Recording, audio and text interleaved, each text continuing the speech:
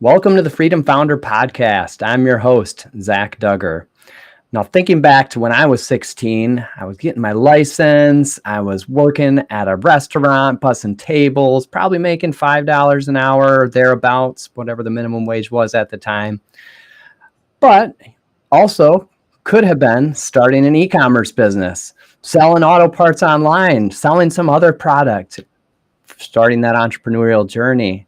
My guest today, Jason Olsen, had his start at a younger age than me, but that does not mean that any age is inappropriate. So I want to encourage all of my guests listening to the show today to just think about your journey and know that it's never too late to get started. But Jason, thank you for joining us today. Yeah, it's great to be here. Thanks, Zach. Well, as I started this conversation, I just was reading a little bit about some of the things that you had done and did see that you had started an e-commerce business selling auto parts online, if I'm not mistaken. Is that correct? Yeah. It was Tell back me a in little. 1996. Okay. Tell me a little bit about that and how did you get started doing that and where did that go? Yeah, so I had a neighbor. I used to babysit his kids actually, but they lived across the street from us. He was learning how to become a developer and code websites. This was back in the very beginning of the internet era, when you'd get AOL discs in the mail for like 30 minutes of free internet dial-up. Yes. Not everyone will remember those days, but I'm sure we do. So, so I wanted to learn how to code and build a website because I was, at the time, eBay had just come out. And so I was buying and selling car parts, lighting, and accessories on eBay. And it was actually back then in the eBay days, you could put anything on eBay and make money, it seemed like.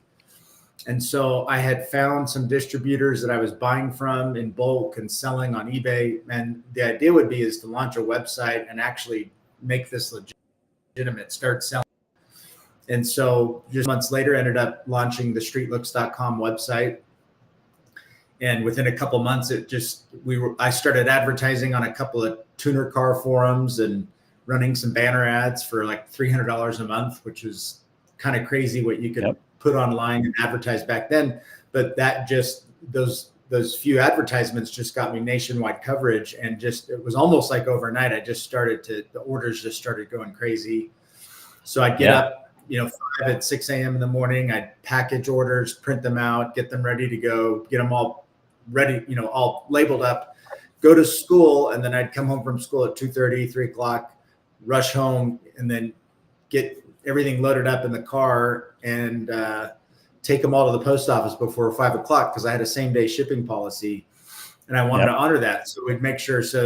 Every day I was making trips to the post office, shipping stuff out. And this was also back in the day when you'd take credit cards online, but you'd have to process credit cards over the phone.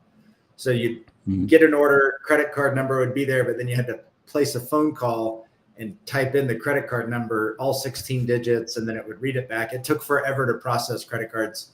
This was back before they had a lot of payment gateways available. Yep. But it was it was a really fun time to grow and scale. Our basement in our house turned into my inventory warehouse, and I ended up hiring my little brother and my mom as my first two hires, who were helping fulfill orders and do accounting and all that other stuff. So became a little bit of a family affair. Yeah, it did. We had a lot of people, and I had some friends working for me in college, and I ended up growing that business for 7 years. About 5 years in, I ended up starting to do business with a group in Taiwan who manufactured a lot of the lighting, those blue xenon headlight bulbs that were really popular 20 years ago. They were the one of the manufacturers of those. And so I met them at a conference at SEMA one year, and then we started working out a private label. So I ended up launching my own private label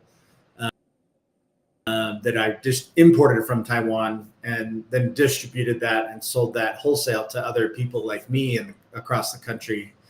And that was during my college days. And so I had my college apartment, and then I ended up buying a house in college where I had all my roommates working for me, shipping orders, shrink wrapping products, and it was a whole operation. Right. Yeah.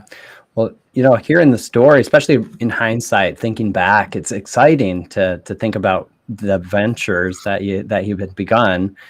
Now, I want to ask if was Yeah. there any stress along that way? Anything that was difficult, or that you kind of had difficulty sleeping at night because of?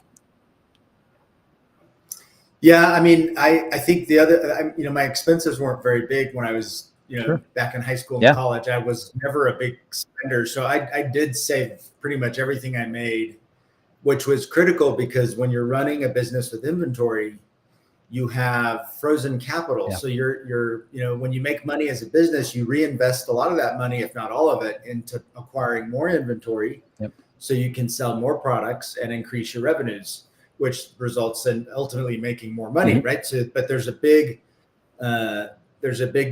a big long-term investment strategy, which is you've got to invest more upfront to get more down the road. But cash crunches are difficult when you have an inventory business because you may be growing, you may be profitable, but you need more inventory. Yep. So you got to invest more of that net profit that you want to, some people might want to take out. So, what some of the things that I think people need to be aware of when they start a business with inventory is just, how does the balance sheet play out in your success? And to be looking at, it's a very easy to read financials from the P&L reports. It's very easy to read a P&L and know what the top line is, what your expenses are, and what your take home is on net profit. But it's a lot harder to read a balance sheet and understand how that balance sheet actually incorporates into the P&L and how it affects cash flows. Because with inventory businesses, you could be making money on paper, but you could feel like you're broke and bouncing Mm-hmm. checks. And that's just because you have so much capital that's frozen in the form of inventory, and you've got to liquidate that and sell it in order to get that cash back. So, and so I learned a lot about the importance of margins, right? If you're going to operate an inventory business, you got to know what kind of margins you have. You've got to know what kind of inventory turn you have. How fast are you turning that inventory and monetizing it? Do you turn your inventory 3 times a year? Do you turn it 12 times a year? Okay. And so there's a lot of things I learned on how to really manage a well-oiled inventory machine, which then led me to my next business, which was a car dealership. That once I sold Street Looks, my junior year of college, I ended up then buying and selling cars and getting into the car business and learning how to be a car dealer. And a big one for that matter, was also taking that inventory challenge to the next level, because all those same things exist, just on a bigger level. Yeah. So I learned a lot in both businesses, but just had a ton of fun, and I think the things that keep me up at night when I was running those businesses was just, especially being that young, was just not knowing what I don't know. Yeah. And I knew that. I knew I lacked, I may have been clever, but I wasn't wise when I'm 21 years old. Yep. Right. And I think wisdom comes with age and experience and mistakes. But, I think that's the point, is like when you're young is when you can't afford to make mistakes. You can, not can't, but you can. You should be making mistakes, because that's how you're going to learn. Yep. And some mistakes hurt more than others, but you don't really get wise and you don't gain wisdom without life experience and making those mistakes. And you learn from those and you carry them with them. So I think your younger years are it's the time to be really bullish on, let's take risks. Let's think outside, think as big as we can and run as fast as we can when we have the energy. Yeah. But there's a lot of, I think those, the things that were scary back then are not scary now to me. Mm-hmm. Right. But then now I have new fears unlocked, like the older you get. Sure. Right. So, it's like a whack-a-mole, moving target, in business. There's always something that's keeping you up at night. But I think not the challenge, but the part you want to make sure is that those things aren't the same patterns for 20 years straight, right? Because that means maybe you're not figuring out what it is that's, okay, you got to maybe resolve this issue and figure out how you get over it or get beyond it. So I think you want to make those mistakes, but you don't want to make the same mistakes perpetually. Yeah. Because that starts to become very self-defeating. Right. So definitely learning by making mistakes, trying and doing things, being willing to make mistakes, but learn from it and move forward. Now, with that being said, did you do anything to help accelerate your wisdom at a younger age? Was there any mentorship, any supportive coaching, business coaching, anything that was helpful that you found in that process? Yeah, I mean, I've always been an avid reader, so I was just constantly reading books on business ever since high school on. Um, and I still do to this day. I'm always just constantly in a book of some kind that's trying to help me learn something that I want to learn about or I'm curious about.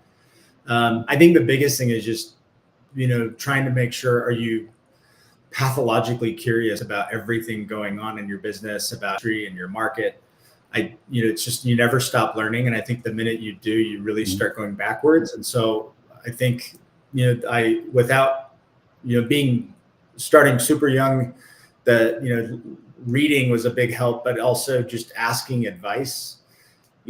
People love to give advice. So you surround yourself with successful people and you just say, hey, I'd love to pick your brain. I would love to know what you did here. Or can I get some advice? And just, that's like magic words to get people to open up. So especially as a young entrepreneur, I think a lot of people looked at me and was like, I'll give you advice. You're young, you're scrappy. So, and it works at any age, is just never be afraid to reach out and just say, hey, can I get some advice? Because there's people love to give that advice that they've learned through the school of hard knocks over their own years. So never be shy about opening up and just, trying to bring people into your world and tap into their brain power, because if you don't, there's a lot to learn from what they have to say. But if you don't, you're going to have a long, slower road ahead, because you won't have any of that input, and you're going to have to make those mistakes to learn as you go, which is a lot slower process. Yeah, that's definitely a lesson I've learned along the way. It's not something that we'll go into too detail on right now, but I definitely learned the importance of reaching out, getting advice, seeking wisdom of others. And I really like what you said about being pathologically curious about your industry, about your business, about your market, and just continuing to learn about that. It's not an end point that you reach. You just continue to get better and to increase your knowledge and awareness as you grow. And maybe it's something new that now you're starting to look into doing, like, the next stage of the journey, where in the part of the recession, going back to your story, there was that recession in 2008 and 2009 that did bring some changes and made some difficulties with the auto industry or selling used cars. And you found something new during that time. But just share a little bit about that so that our listeners can hear how that brought you to the beauty industry. Yeah. So, I built and scaled this dealership, and it was an independent dealership. We weren't a franchise. Yep. We just sold late model, like used cars. We became one of the largest dealerships in the state of Utah, second behind CarMax. My little brother still runs that business to this day, and it's just as big and staying just as busy. But car dealerships are an interesting business because you have a low margin. Typically, back then it used to be 2 to 4% EBITDA or net profit was best in class on revenue. And nowadays it's about 4 to 6%. But either way, that's a very small, profitable, like net profit margin on revenue. So that means, basically, say 4 to 5 cents of every dollar you generate in revenue is net profit for the business, take home pay, whatever you want to call it. So, so low margin businesses have a challenge because you've got to really have intense discipline on P&L expenses, because with a 4 or 5% profit margin at the end of the day, you cannot not afford to be militant about how your money is spent and all that, where that discipline goes on G&A expenses. On top of that, if you have a low margin business that is also heavily seeped in inventory on the balance sheet, such as a car dealership, you have a whole nother set of problems, because now you have lots of volume to generate a small margin, but then you also then have a lot of dollars tied up in inventory. And if the market slows down, you can't liquidate is, $5, $6, $7 million of inventory over the next 90 days. You have millions of dollars in capital tied up in inventory that until you liquidate it, you cannot pay your bills or pay your payroll or anything like that. So the 08 recession, 08, 09 and into 2010 was just absolutely horrific in that industry because revenues dropped overnight for everyone in the industry. It slowed down 30 to 40%. So you have your revenues drop by 35, 40% on a 5% margin. Mm-hmm. You're now losing like 30, 35% of every dollar you make. You're now losing. So you sell your way out of business. It felt like. Luckily, we had no debt, no flooring. We owned everything. So we were able to survive and get through that. But it was during that recession that I had this realization. And I think a lot of people have this in their careers where you wake up one day and you just realize you're like, I don't know if this is what I'm destined to be doing. Like I remember looking in the mirror thinking, I thought this was a company and this was what I thought I'd do forever.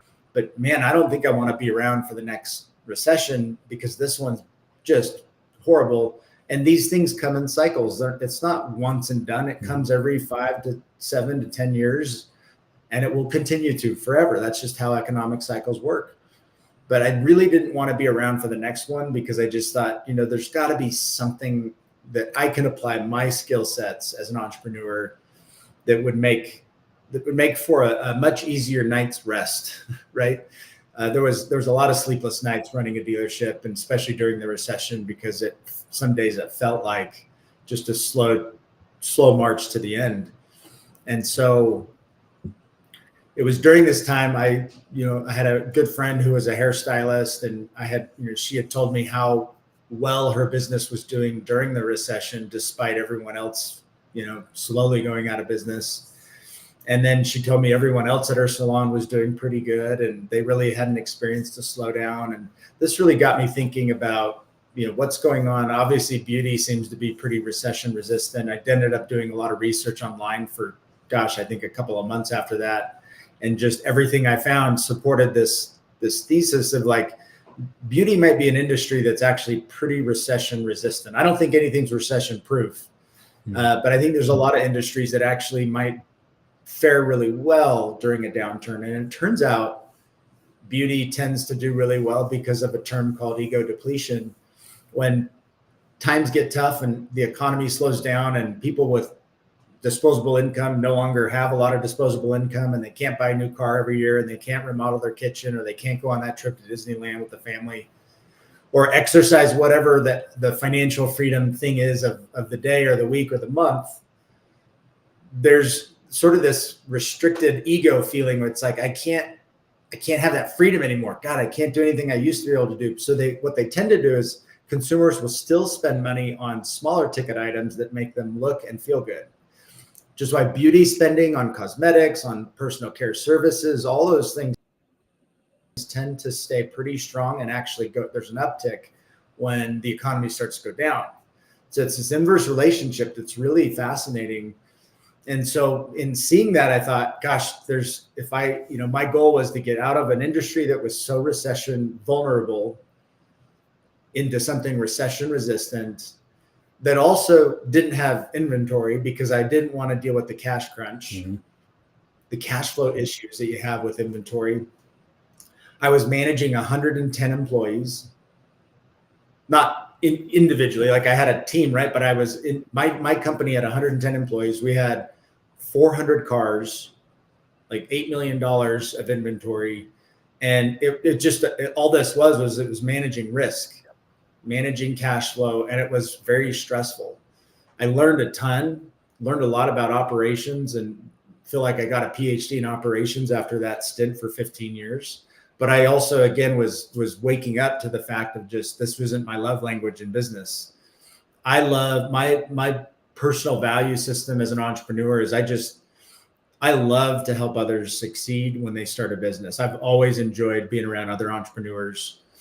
And so I think my personal mission statement, which is to help others succeed and start a business, is where my next startup came from, which was a company called Image Studios, where we kind of take the best parts of the beauty industry, again, the resilience of the beauty industry, and helping build co-working spaces where hairstylists, nail artists, massage therapists, estheticians can start their own business easily by renting one of our salon suites.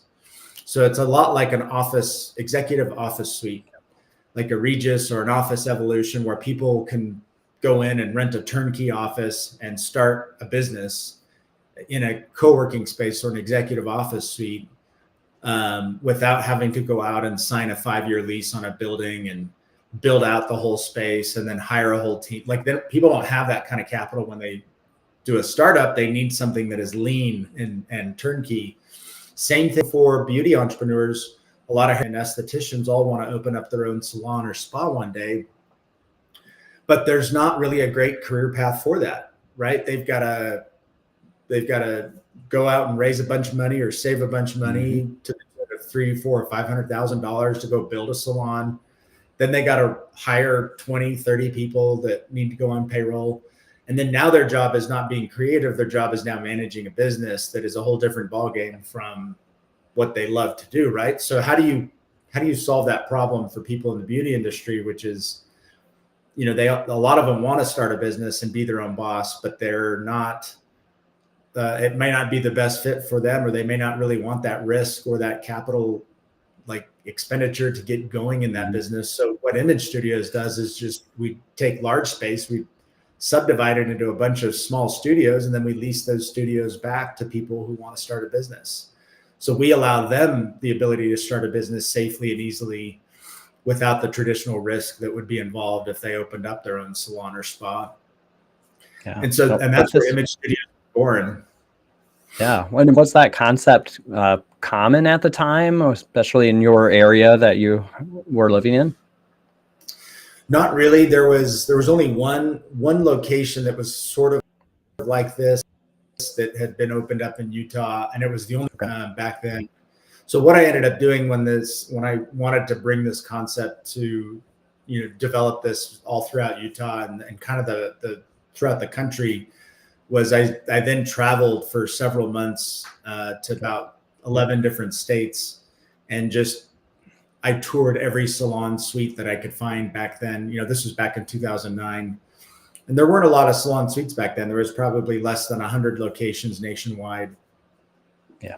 So, and to put some context to that statement, today there's probably over 3,600 locations across the country in this industry of salon suites. So there's been an enormous amount of growth because there's been so much demand for individuals who want to easily start a business in the beauty industry. So, but ended up then going, after doing all that research and interviewing probably hundreds of different salon professionals that were in different salons or salon suites at the time, decided this was too good to not do, right? And that's where then my new sleeping problems became. I was so excited about launching this business, I couldn't sleep at night because I had idea after idea of how this would look and function. And so in June 1st of 2010, I opened up the first location here in Utah. And then I ended up opening 5 locations over the next 5 years because of the demand and just the ease of scaling the business. The business was such an easy business to scale. And it was pretty much everything my other 2 businesses weren't, right? It was easy to scale. It was simple to operate. And cash flows were predictable. I knew what I was going to make every week, every month, every year if I maintained a certain level of occupancy, because you have a very forecastable business, right? There's no inventory. There's not a lot of market fluctuations, month to month. So you have a lot of stability, scalability, and simplicity, which are just like, that's, I think, what everybody wants when they start a business. The challenge is, how do you get those things and how do you check those boxes off while still also having a business that's fun, business you're proud to own, right? A business that does good and gives back and helps other people start a business. And that's where really this just couldn't have been a better next step for me, 13 years ago, when I transition from one industry to another. And I didn't have a background in beauty. Yeah. I was never a beauty professional. But my job is to build beautiful spaces, provide the right kind of business support, and then allow these beauty professionals to do their magic and run their own business, because that's what they're good at, right? Yeah. We don't pretend to know that we know how to be a hairstylist or an esthetician. That's what they know. What we do know, though, is we know how to start a business, how to be successful as an entrepreneur, and then we train people on those foundational pieces of becoming a good business owner and getting better at business. Yeah. And you mentioned that this concept has really taken off, and there are other brands that are doing the same model, and there are local independent salon suites that are popping up. What would you say kind of makes Image stand out, or in what ways have you been really intentional about the focus to help make Image stand out? And we also transitioning there into the franchise model. So that started, I think, back in 2015, 2016. Is that right? Mm-hmm. And then, so what made that stand out, or what have you done over that time? Because I mean, there's many more and more now than there used to be. Yeah, for sure. So the most obvious differentiation that we have is the way our spaces are designed. This is I've always believed that if we're going, if I was going to do this and build this business, I wanted to build something that would really stand out. And so what the idea is we wanted to design something that looks like a salon you would see in New York, LA, or Miami, but bring it to Wisconsin, Idaho, Utah, Colorado, Texas, Georgia, right? Like bring really beautiful salon suite space to people all over the country, so they get to take a step up and level up their career in a really nice space. I've always believed spaces should be platforms that inspire the work that goes on within them. So whatever happens in that space should inspire that activity. Look at architecture firms, engineering firms, look at creative office spaces, right? Like that, we look at this as the same thing, which is these spaces should inspire when people walk in, and they do. People really, they just blow people away when they see them. But that's just one component. The bigger thing is we differentiate by also attracting the most diverse base of professionals under each rooftop at Image Studios. So most salon suites are mostly hairstylists, and they're all doing the same kind of business, and they're all essentially competing. So what happens is they don't end up building really strong community and culture because they're not sharing clients, because there's no reason to. So they kind of end up being kind of on their own lonely island of operation. What we do is we design spaces that are much more flexible for different types of uses. So whether you're a hairstylist or a nail tech or a massage therapist or an esthetician, our spaces can flex pretty easily while others cannot. And what this does then is, because of the design and because of the flexibility, we then attract a lot more of the spa pros. Yeah. So that means that at Image Studios, you have a very diverse tenant base. Hairstylists, but also lots of nail artists, makeup artists, eyelash extension artists, Botox professionals, estheticians who are doing waxing and other treatments and facials. There's basically everything you can imagine that's beauty related is at an Image Studios near you, right? And so when you have that kind of diverse audience, what happens is these professionals also start networking. Yep. Because they all have a lot of business to share with each other, because their clients are coming to them going, wait, I can get Botox after I get my hair colored with you. Give me that person's name. And then they're like, oh, and I can get acrylic nails, or I can do this, and I can get my wax done. I can get my eyelash extensions done here. Like, it's just like, okay, sign me up. Where's the next person's name and number? They start connecting and sharing and referring. Yep. And then that just builds this alliance network, right? And that network effect is the most difficult part to replicate at a salon suite, but we do it the best, absolutely the best. And so what happens is we create community, which then is a part of how you create culture. And culture is the intangible backbone, that intangible life force of a brand that makes people draw nearer towards it. To have an affinity towards a brand, there has to be a cultural piece to it. something that people identify and resonate and align with, right? So it's really hard to create culture at these community spaces of salon suites by the very nature of they're just spaces that you rent out, right? Yep. But we take it as potential community, and that starts with our image owners, our image studios, franchisees who are the stakeholders in that business, who are running that business in their market. But that it all starts with our image owners, because they set the tone for culture and communication, which is essential to creating differentiation. Otherwise, we're all just doing the same thing, but that's not interesting to me, right? I've come from very competitive industries in the car business.